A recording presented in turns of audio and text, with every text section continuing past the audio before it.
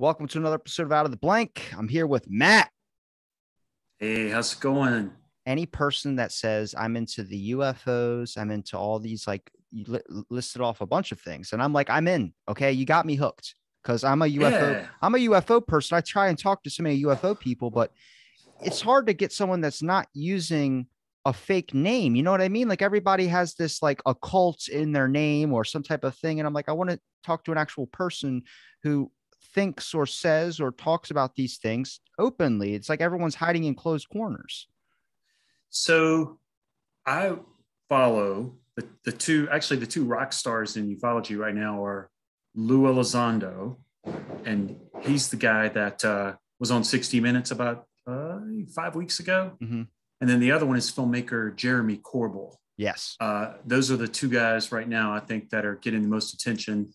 Of course, Lou worked in the military, and he's buddies with ex-Senator Harry Reid, who kind of covertly started another Project Blue Book, if you will, in the late 90s. So those are the two guys I'm kind of following right now. Yeah, there's a lot going on. And, I believe it was in January that the Senate Intelligence Committee asked the Pentagon basically to disclose what the hell's going on because all these videos were coming out. And then that came out. It's only like 9 pages. Yeah, UAP June report in 27th. June. Yeah. And it didn't say much. So there you go. Do you By think, not saying much probably says a ton, right? yeah, but do you think, like, because Australia released 1,700 and America only released 9. And I've had friends who are astrophysicists who I've asked this question to, and they said, yeah, they're not giving you anything really. They even talk about how the pages are really like the first page is just the intro, like the context of what's in the article. The last 2 pages are references, and then the other pages are explaining in bold, extra bold, and super bold lettering of what a UAP is. And I'm like, you're not really going into this thing with how you supposed it to everybody of releasing UFOs. You changed it to UAPs. And I'm just curious, what do you think that they hit here? Because in my belief, I look at it, maybe it's more of drones, but I don't know because I've had a couple guests on the show who've described the exact same 3 lights in the sky. And they talk about how it's like my hand. If you're looking at my hand, as you move, it moves like a dimension, like they conquered like a 2-dimensional type of craft, like the Orville with Seth MacFarlane, where they're in 2D Uh-huh. space. And Yeah. someone mentioned to me, well, no, I think it's like the saucers or the things that you saw in those videos. And I go, the last person that really talked highly of this or talked about working with things of this thing that we really don't know about the government might have was Bob Lazar. That was around what, the 80s? So you would think if it's aliens, they upgraded their equipment 100% to meet what people are talking about now with the 3 lights in the sky, where it might be a 2-dimensional thing. So in my local paranormal group, one of the questions that we ask ourselves is, what is a UFO?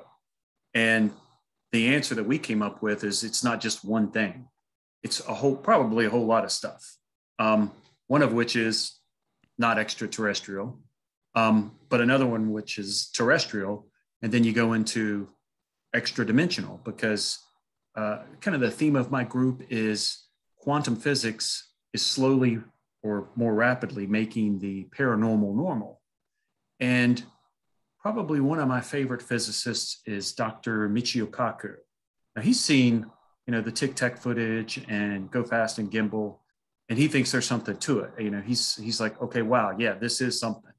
Whereas other folks like Neil deGrasse Tyson, he's kind of way out there, but he kind of dismisses it. So you still, even within that realm of these really smart guys, you've got like the 2 extremes. So, I believe but what I would argue, Neil deGrasse Tyson said was that why would they be interested in us? And I'm like, why wouldn't they be? what if they created us?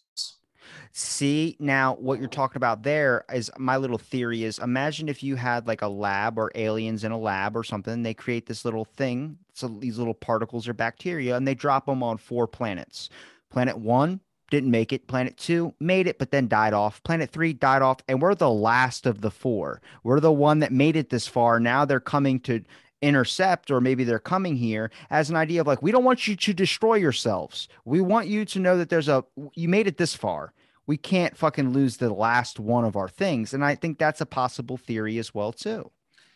As far as I agree with that, because one of the phenomena that's occurred over the last 20, 25 years is the UFO sightings around military bases, and especially nuclear uh, missile silos, one of which is, I know, Malmstrom Air Force Base in Montana, where they temporarily kind of hover, shut stuff down, everybody freaks out, and then they turn the lights back on.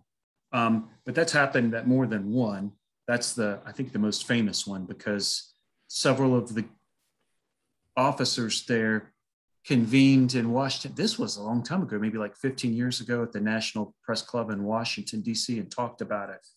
Yet that in and of itself wasn't enough to really kick off the ufology phenomena. I think it was probably the New York Times article in, is that 2017 in December, where they debuted the Tic Tac video, or was that 2019? I think it was 2019.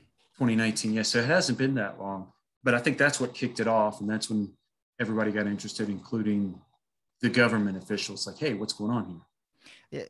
That they released it during the pandemic about there being unidentified flying objects. And then it seemed like a lot of people didn't really care. And I get it because the pandemic and everything, but there's still not a whole lot of care when it comes into, like, we were trying to storm Area 51 2 Septembers ago. And it Right? didn't. Where's all those people now? It's like more people are worried about a pandemic, or worried about the lab, or worried about all these things that are going on in the world now, which, I mean, we'll probably end up hitting the lab topic at some point. But I look at it like, where is the idea, something that could unite everyone in a nation that's really divided right now, and nations all over are divided right now, a thing that there might be something else out there, and the fact that it has come here. I think that this topic actually, it was started in January. I think it was, at the time, it was still the Trump administration. Senator Marco Rubio was the head of the Senate Intel Committee. But then when Biden took office, my senator in Virginia, Warner, is the new head. But they're collaborating. So it's like the most bipartisan issue on Capitol Hill, I think, is this UFO disclosure, if you will. So yeah, I think it would bring people together. But honestly, I'd say half of America are probably more interested in what Kim Kardashian's wearing or not wearing than to me. I think it's bizarre to still think that there's this religious grip that people would lose their minds if it turns out that ETs are real, and they would lose their religion, which no, they might. But I don't think people are going to freak out and hit the streets like, the famous radio broadcast back, Orson Welles. Yeah, War of the Worlds. War of the Worlds. Yeah, I don't see that happening. Do you think it's just because people don't want to put the energy into something that they know they're probably not going to get the answer to? Like, why is everything being so secret when we know that they're obviously hiding something? 9 pages will tell you that enough. But what is it that they're hiding is the big question. Yeah, that, and there's another question you could tag to that, and that is, who knows what? So supposedly presidents even are just need to know, because they're temporary. They might serve 4 years or 8 years. So is it these black box compartmentalized pseudo government industrial, like part Raytheon, part, industrial complex, military industrial complex? I mean, who really knows what? And honestly, I don't think that most government officials really know anything. I think, like, for instance, they're like Illuminati. People think it's a shrouded cloak of people working in this giant mountaintop somewhere. And I'm like, I think it's just, if you have enough money, you have the access to be able to control influence and power. And I think that's just the predicament that we in. I think the world's gone to shit because it's a factor of somebody lying, like much like a lawyer would, to sway their point to make sure that they can win and not lose and get a loss on their record. It's been countless ages of people doing that in our system. And now we're so fucked backwards where we're like, how do we get out of here? It's like, I don't know. Put your mask back on. It's like, but you told me not to. Well, I'm telling you something different now. Yeah, I think you have something there. Money, power, competition. Yeah, I don't know that it's necessarily the Bilderbergers or an exclusive club of billionaires. I think there are probably billionaires that are excluded. But I think you're right. I think it's just about the more money you get, the more power you get or you want, and then the more competitive you get. And then you start to invest in things, you learn about things, you become friends with other elite people, and it just kind of snowballs. Now, out of all the things that you work on or you focus into, do you have moments or glips, I would say, where you kind of focus into one or you're more about one than the other? Kind of sways back and forth a little bit. Yeah, so right now, um, UFOs are really dominating the headlines. But the approach that I have is it's not just about ufology. If picture a triangle, if you will, where you've got ufology here, and then you've got quantum here, quantum physics, and then you've got spirituality here. And I think they're all intricately connected. Because again, we don't know what UFOs or UAPs are. I think there are a lot of different things. And if it gets into the quantum physics aspect, I think Lou Elizondo recently, in an interview I saw in the last month, he kind of stressed don't focus on aliens as much as inner space, outer space, and the space between, which to me sounds like quantum physics. And again, that's kind of the frustrating thing is people know things and then they can't say things and then they tease things and then they wait a little bit and then it's not that I don't trust Lou Elizondo because I think he's done a lot for the cause, if you will, but I don't know. Is he being controlled? Is he being manipulated either, consciously, subconsciously? Is he being, there's just so many little elements, and even Jeremy Corbell, he's come out with some stuff and I'm like, but I don't know what he knows. He's more of the teaser, like, oh, just wait, I'm going to have something in 2 weeks. Oh, just wait, I'm going to have something in a month. And I like the guy because he did the documentary on Bob Lazar recently. And I even have a movie poster that Bob Lazar signed that somebody got for me as a gift. But, let's just spill our guts. What's going on? Let's just kind of lay it all out on the table. Do you think, I think probably, especially if we talk about the UFO topic, I think a multitude of things have gone wrong. I think the one major thing is the fact of, like you were saying with Jeremy Corbell, best people that would represent or have the best information about UFO topics are either intangible, they are trying to market something like, hey, buy this or wait till this comes up, or they're trying to lure you in because I get it, money, you want people to view your stuff, it's all about sales, or they're limited on the things that they can say based on what they know and the clearance that they have, afraid to lose their clearance. And it's like, you've never really seen anybody come out and scream a bunch of things from the rooftops. The last person that did that is Alex Jones, and that man has been labeled the conspiracy nut, where I'm like, 7 of the 10 things he said have been fucking spot on. So I'm just curious. Is like, I want to let the other events play out in the next 10 years and see if those other 3 come true. That's true. And to his benefit, he's only as good as information he's getting from other sources, and he has to decide whether it's reliable or not. So sometimes even a reliable source gives you information that may not turn out to be reliable. So even 7 out of 10 times, I think, is exceptional. Because nobody's going to get it perfect. There's another gentleman that's not really Alex Jones, but maybe Alex Jones-ish. His name is David Wilcock. And he's kind of a science holistic kind of guy. And he has a lot of sources. He's been quiet for about 6 weeks, but he has a YouTube channel. And of course, there's a guy named Jimmy Church who has a podcast now. Big podcast, former rock and roll musician. It's kind of turned, he's got a paranormal talk show, but focuses a lot on UFOs. And he has the George Knapps and the Jeremy Corbells and all those guys on there at least once a month. They get a lot of information. 2 weeks ago, he got an email from a source that said there was a 23-minute video, a la Tic Tac, but 23 minutes long, that supposedly is going to be released. And then I've heard other folks hint about, this is going to be released. But, again, let's just throw stuff out on the table, lay all your cards, lay all your cards out. What do you have? You have a flush? Do you have 2 pair? let's see it, and then let's go on from there. But I don't know that that's probably feasible, because if you're someone who has information, you're probably sitting on it for something that would benefit you, and or maybe there is a safety element. I could do this and then I could get in trouble, or I'm not supposed to disclose this, or You can get McAfee'd. yes. Which, by the way, Mr. McAfee went to school in my hometown where I'm now, Salem, Virginia. It's called Roanoke College. He actually graduated from there. So it was pretty big news around here locally when that happened. But yeah.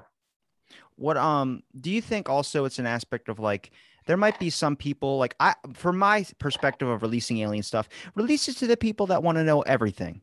If they can handle it, then they can handle it. If they can't, that's on them because that's what they wanted. My big thing when Area 51 was the idea of being stormed, and I was like, people are like, you're not going to let Area 51. That's not going to happen. They're not just going to let you walk in. They don't care about killing people at that aspect of things. They're going to find a way to manipulate you or get you to stop. But I look at it like if you charge $10 a head into Area 51, you know what you're going into. It's like when you smoke or if you do something, you know the effects of what's going to end up happening to you. Are you willing to accept those? Okay, then do it. Nobody's going to stop you from doing it. Area 51, I would, if I could pay $10, go in, see some crazy shit. I would either walk out like I fucking knew it, or I would walk out like I wasn't ready for that.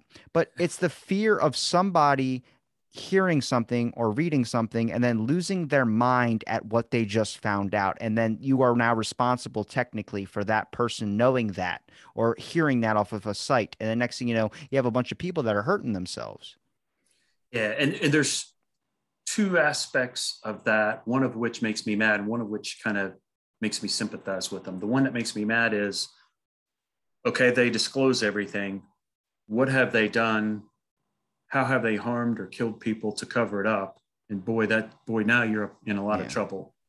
The other thing is, and this is a theory I've heard quite often, is the technology is so advanced that we could have free energy tomorrow. We could cure cancer tomorrow. We could live to 150 years tomorrow. That's not But profitable. if you did that, yeah, exactly. And if you did that, well, what's the impact on the economy? So pharmaceutical companies and hospitals are now, I could see where that you might need a transition, right? If all of a sudden the oil industry and the pharmaceutical industry are not necessary, that puts a lot of people out of work. That could damage your economy for the short term. I kind of see that, but even if that is the case, let's start at least baby stepping to get to disclosing, hey, this is a possibility now. There is free energy. It's like Tesla. You can tap into it. You just need the right gear or equipment. You don't need gasoline to fuel things anymore. And it doesn't seem like maybe we're doing that, if that's the case. Well, like even with electronic cars or electric cars when they were even first coming out, there was only what one pump at a gas station filled. Everything else was gas, and then now it's like there's billions of them. There's so much at every single gas station. You don't need to really worry about charging your car, at least in my area. It just in the past 2 years became normal. Past 3 years became normal. And I'm like, it doesn't. It might be a little bit of like that, something type of situation like that, but you can slowly let it go in. My issue is with the informational control, what we would call the gatekeeping of information. There's so much information out there, but only some is limited to you of what you can know. And people are pro censorship only on the aspect of it hasn't come for them yet.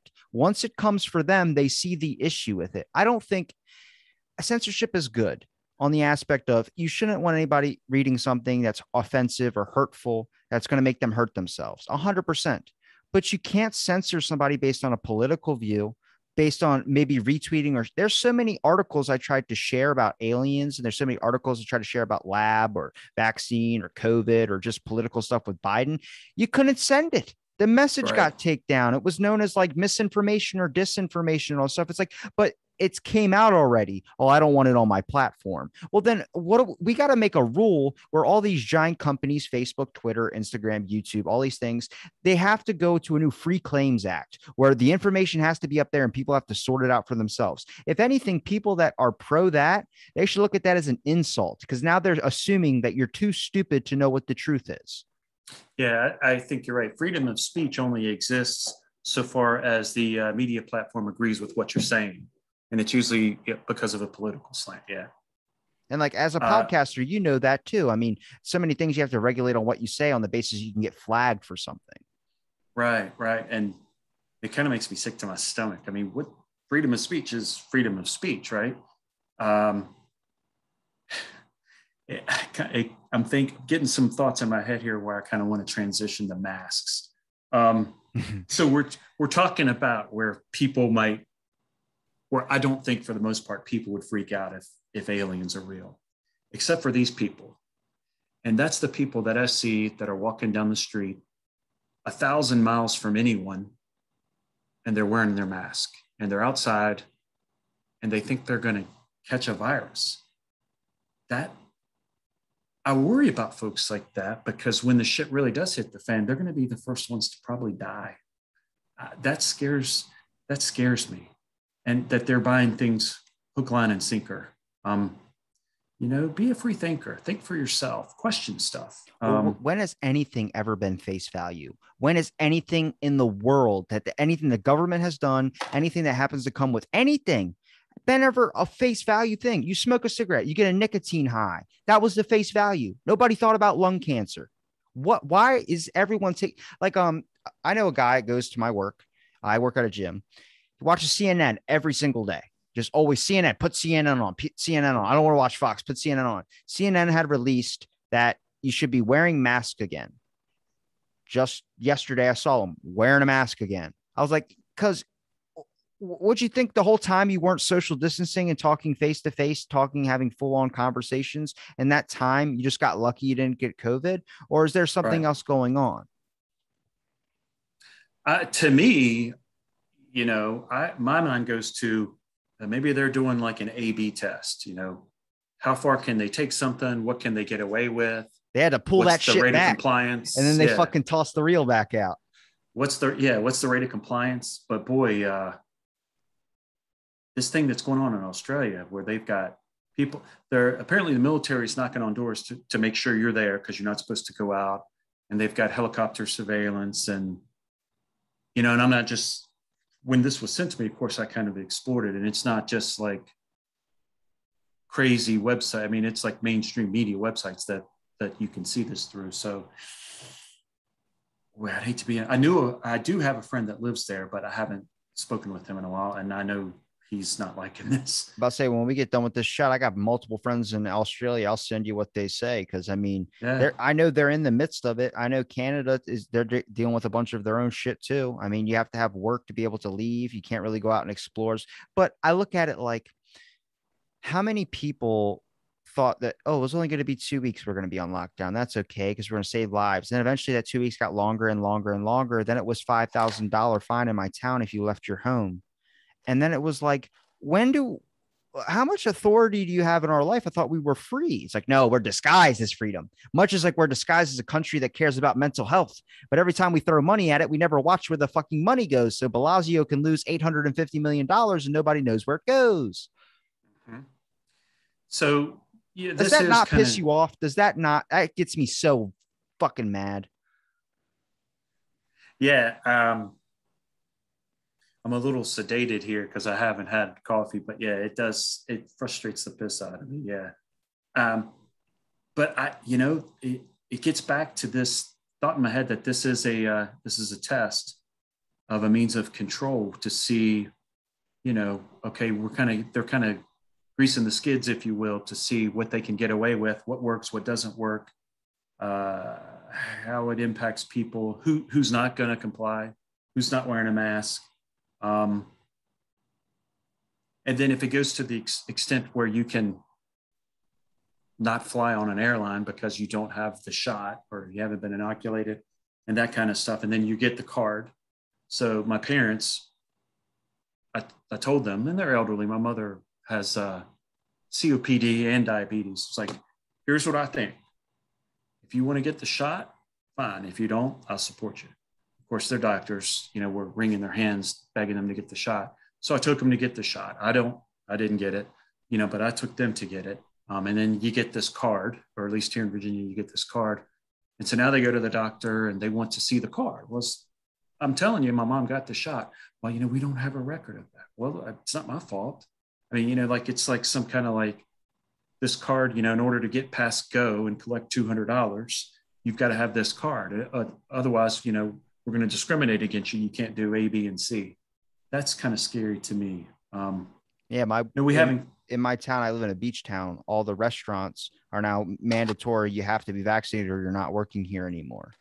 And I'm like, how I that's going to become where people are going to be like, I don't want to lose my job over that. I guess I'll have to get it and be forced into something that they might not necessarily want to do. Eric Weinstein and a guy named Dr. Pierre Corey.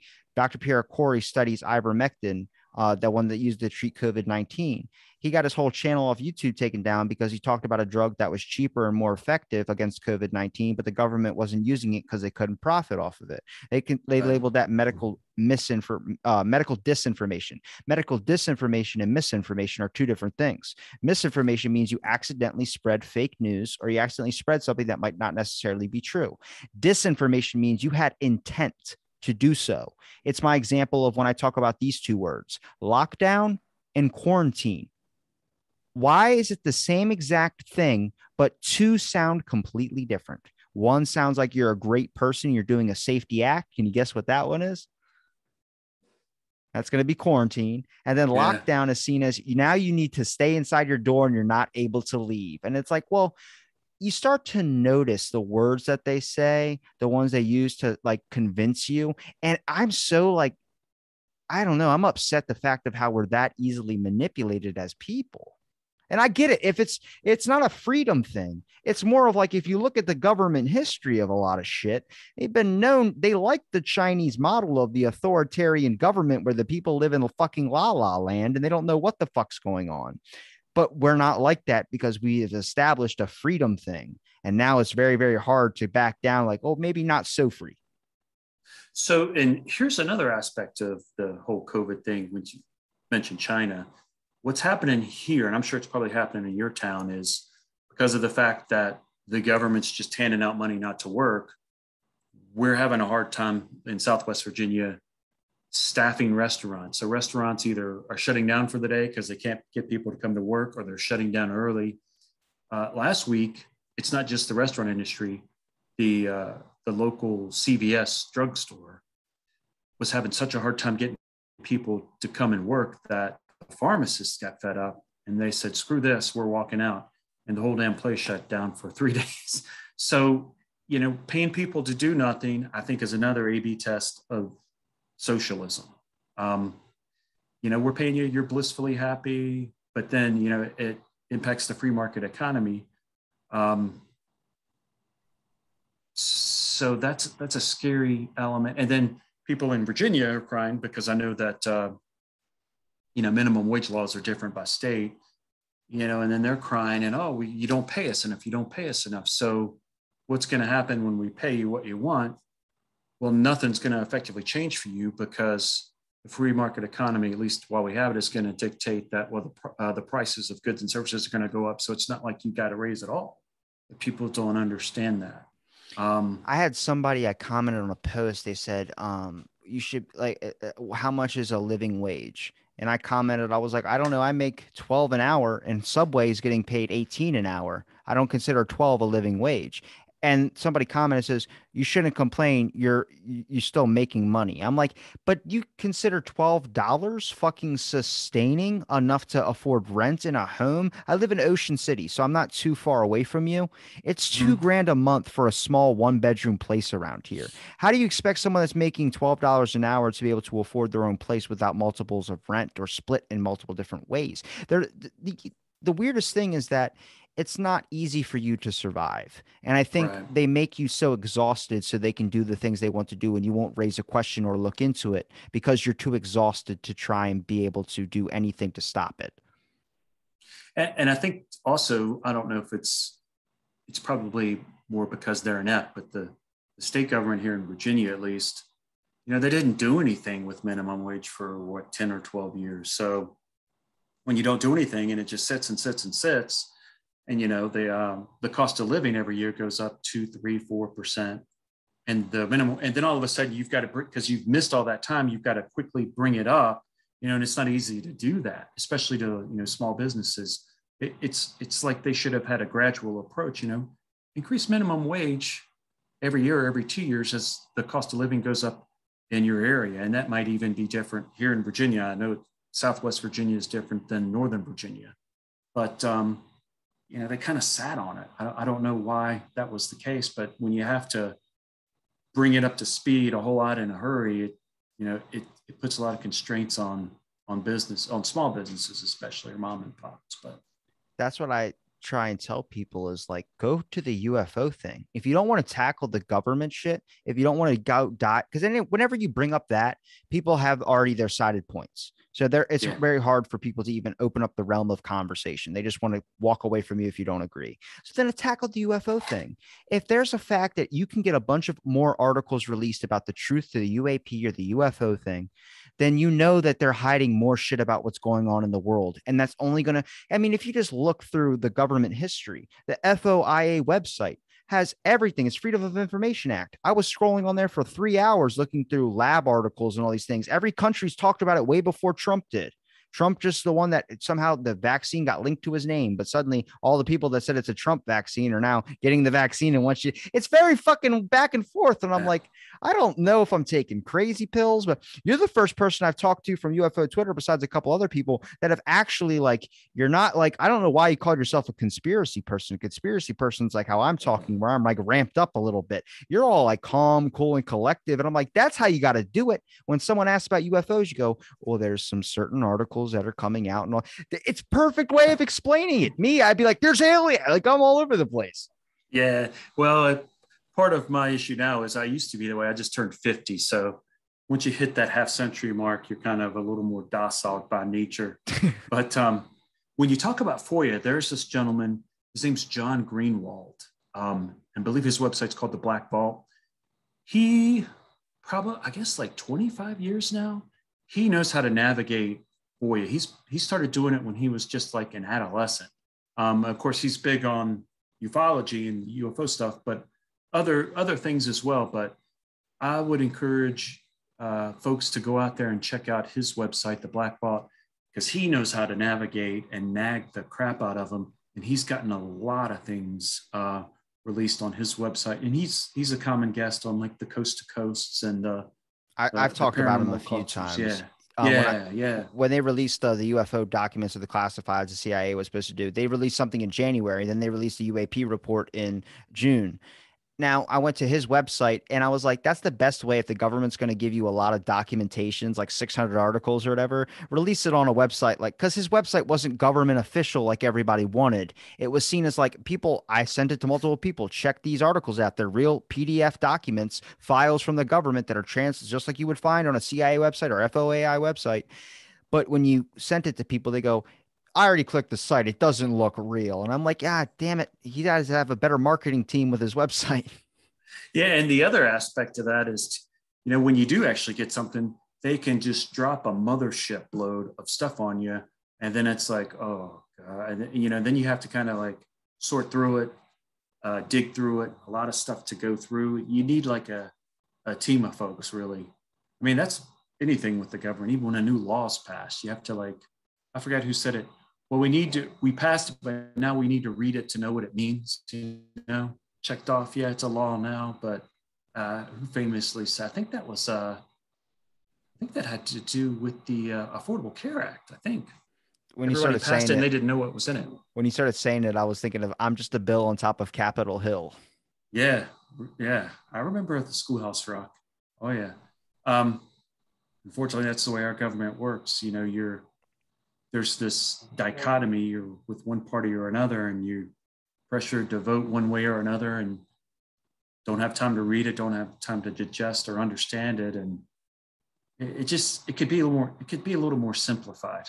I'm not a fan of the two-party system really either, but What would be an easy thing that you could suggest for people like myself or other people out there that are curious into looking UFO, paranormal, anything government wise? What's the easiest thing that we could access or information that you could give us on a concept of just understanding a little bit? Not going to, because if you start like, look, I posted on my Twitter, you can find it. There's thing that they do with news reports, where I think this is why people think reptiles are leading our news thing, is because they CGI your eyes to get the bags from out from under your eyes. And sometimes when you blink wrong, it creates fake anime eyes and it looks like a reptile. And I'm like, damn it, why is there so many of this out there? You're not leaving any room for these things not to be true.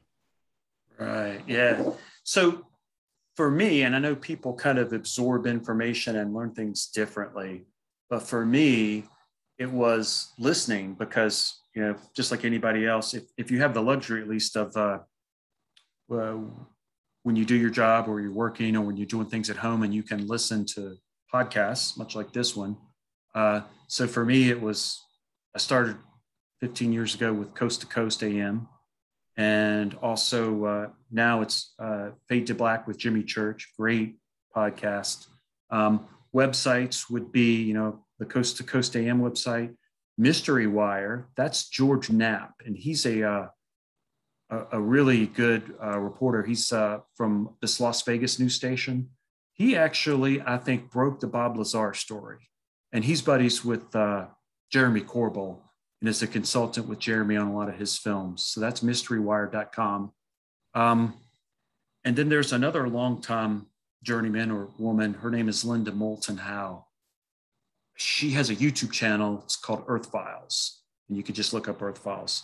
And she's doing a lot. Because for me, the easiest way, or at least the most convenient way for me, is to listen to shows while I'm doing things, whether it's out in the yard working or mowing the grass or even doing my day job. A lot of times I can just listen and absorb. And with that, you kind of get the gamut. There's some people that are just really out there.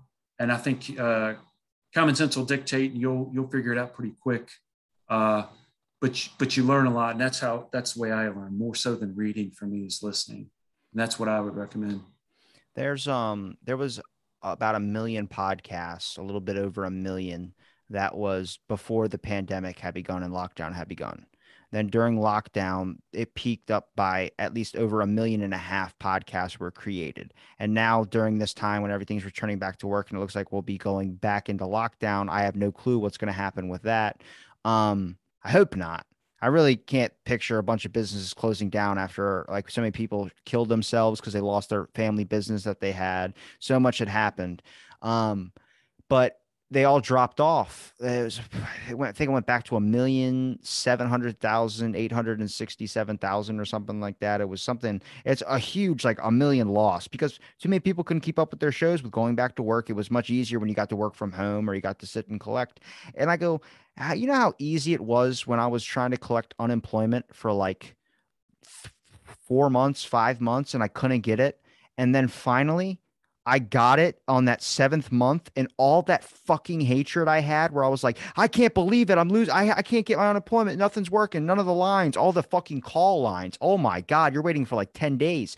You would call the second it became the time when they opened, like 7 a.m., you would call a minute in advance to make sure you got through. Call busy line over and over and over. And finally, you got a person. Then it's a system. And then it's all this type of stuff. And you're just like, what? How do I do this? And then all that anger went away when I got the money. I don't want people to forget that, all because they gave you the ability to go out into the world again. Understand all that pain, all those people that lost businesses, all those people that all that hardship that gets thrown away because they give you back your a thing that you had before. It's insane. Yeah, and so I'm really confused too with the Delta variant, and it can be, and I'm sure there will be other variants, but they want you to get a shot, and they say, at first they said, the existing shot is, will work against the Delta variant. And then now maybe not so much. And then I'm hearing different percentages. Well, it's this percent effective or it's that percent effective. And now even if you're inoculated, well, you still need to wear a mask and you still need to social. Well, why should I even get the shot then? If you still got to do all this and that, then, maybe I would just be better off getting it organically and having my own, my body developing its own, just the way it does any other virus that you get. But it's very confusing to me, and the science is kind of it has a political slant, And to me, I just kind of sniff up that there's an aspect of a system of control to it, right? But yeah, you got to get inoculated. Yeah, you still need to wear a mask. Yeah, you need a social distance. Look out, here it comes again. Why, why even get the shot then? Like, what's the point? And I get it if you're, elderly, or you have a serious illness like that, or you're cancer. Sure, I get it. But other than that, I don't have any plans on getting a shot. So I stand with you on that too, but I've brought this up a few times reference wise when it comes to a conversation between a vaccine and an unvaccinated person. The vaccine person goes, I want you to get the shot because I care about you, Matt. I really want you to be okay. And these symptoms can be very severe if you don't have the shot to help at least dull the symptoms. And then you go, well, I'm not suffering from any illnesses and I'm okay. I don't feel comfortable taking it. And then the person goes, well, fuck you. I hope you die and get COVID. That's exactly how and it's not, I've said this multiple times. Everyone has said exactly what you said. Yes, pretty much. People say, no, nobody says that. Yes, they do. That's how a conversation goes with one of any, it's all a factor of I lined up and did what I was told. And now you're not following rules. When people wore masks in stores and you saw someone without a mask in your head, you thought that person's not following the rules. They should be wearing a mask. Why are you thinking that? Because you've now been programmed to be in this type of way. This is what brainwashing is. It's not scrubbing somebody's brain or Clockwork Orange. It's convincing you by the things that they say, the words that they drop to make you think a certain way that necessarily you might not be thinking without, whatever that influence is. And I've had that happen to me, not in so many words. And my response to that is, well, then you should encourage me not to get the shot so I can get sick and die. You can just get rid of people like me that think differently than you. Like, why aren't you doing that? And that kind of took him aback. The other interesting thing that's happened to me as far as this goes is, I'm friends with a lot of folks that are anti-mask, anti-vaccine. And so I was explaining about, my parents, and I was like, I didn't tell them to get the vaccine. I gave them all the information I knew, and they consulted with their doctors, and they decided that they wanted to get vaccinated. So I took them. And they were upset with me. I would never let my mom and dad do that. I was like, well, see, that's the difference between you and me, because I gave them the freedom of choice. They can decide what they want to do. I didn't agree with it. I let them do it, but they can decide. If you say that you're not going to let them do something, aren't you just as bad? I mean, you're taking away freedom. You're taking away their choice. Whether you agree with it or not, you should leave that up to them. Now, unless they're like, mentally out of it, or, Alzheimer's or something like that. But, it's, even though if I disagree with something, I think that you have the right. That's kind of flipping it on its head. I didn't agree with that sentiment either. Sorry, I have a Shih Tzu in my lap here. I heard the dog go, oh, yeah. I was like, okay. But he's so cute. Yeah. But yeah, it's just so weird how divisive and how like it's just like the political stuff. People want to condemn you for whatever your belief is. And I'm like, can't we just have an open discussion and everyone worry about themselves in a little bit? And I get it. If you have a family member and you're worried, sure. But at the same time, it's also you got to let someone figure it out. For me, if I get it and I die, then that's how the game's played. I knew what was going on when it happened. Guess what? I wasn't worried about it then, and I ain't worried about it now. Now, will I change my view on that on my deathbed? Probably. I can't say this, and it just popped in my head. My niece was pregnant and was talked into getting the vaccination in utero for her unborn child. Well, she did.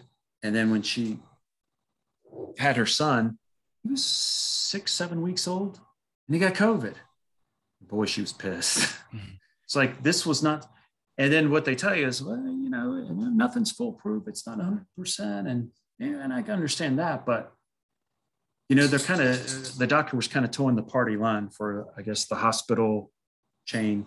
Oh, you've got to do this. Oh, you need to do this because my employer's telling me to tell you that, pretty much. But yeah, she was pissed. And it was the Johnson & Johnson vaccine. She went on Instagram and gave them a mouthful, if you will. But Yeah, because it was weird because Johnson and Johnson also retracted a lot of other chemicals and a lot of other stuff in their sunscreens and stuff that was called cancer-causing chemicals, is what it said. And I'm like, are you doing that because you guys messed up with the shot, and now someone's like, we have to make sure most of your products look messed up, so then it just doesn't get pushed to blame on the vaccine? Like, it's not. This is not an anti-vax thing. This is a thing of like, it's been rushed. It's been a lot of Yeah. things. And why do you care if someone gets it or not? Worry about yourself on that grand aspect of things. I'm not going to sit there and tell people that they're idiots for getting it. I don't give a shit. But don't sit there and try and shove it down someone's throat. It's the power of control. I don't like that aspect. I think that's the main problem we need to highlight, is the fact that there's a want and a need and a craving and a lust for having control. And when people have that, it's like being in a room full of toddlers. The worst thing they Mm-hmm. can do to you is deadweight themselves. But the rest of the time, you're a god amongst children. Yeah, and basically for our group, what we try to do when I'm speaking in person is, to the best we can, we try to keep politics out of it. But if someone comes in with a mask on, we try not to be judgmental. Um, and we've had that before. People will come in with a mask, and usually what will happen is by the meeting, they'll take it off. But let people come and go as they please. If they want to wear a mask, if they want to get a shot, fine. If they don't, fine too. I do get concerned when, people are standing out in a field that are inoculated and they have a mask on and they think they're going to get the virus. That scares me. I'm scared for them, but I'm not angry and, oh my God, like, what are you thinking? I can't believe, let everybody to each his own. But yeah, for the most part, I mean, I just don't understand why, like, especially with what's going on in Australia, geez, if you're that anti freedom of choice, then let us get sick and die. Like, what's it, and, and thinking about that, I actually looked up the statistics, and I think this was just for the state of Virginia, about what the mortality rate was if you contracted COVID. And as of yesterday or the day before, it was about 1 point something%. So, and I think that's actually low, because if you took a cross section of Virginia society, and then you think, well, what percent are immunodeficient? It's probably greater than that percentage. I don't know, 3 or 4, who knows? But which surprised me that it was that low. But I don't know if this is accounting for the new Delta variant, and I don't even know, like, why I trust that number. Like, why do I even trust that? It does seem low, but I shouldn't not trust the government on one hand and then trust them on the other hand. But it's just, sometimes that's all you have, like, especially for COVID statistics, right? So I guess you just kind of take everything with a grain of salt. But Well, the weird part was when they were lying about COVID numbers to get more funding into their hospitals and things of that sort. It's like, well, you open the era for distrust to lead in now. Now, how do you expect people to trust you when you've lied to us so many times? I'm not going to pet the same dog that's bit me 5 or 6 times. Eventually, I'm going to learn not to pet that dog. yeah, that's where the system is kind of sick, so to speak, because you're going to get more money the more COVID deaths you have. So if this guy came in and died from complications of a car crash, you're going to say he died but he may have had COVID, so we're going to just mark that down.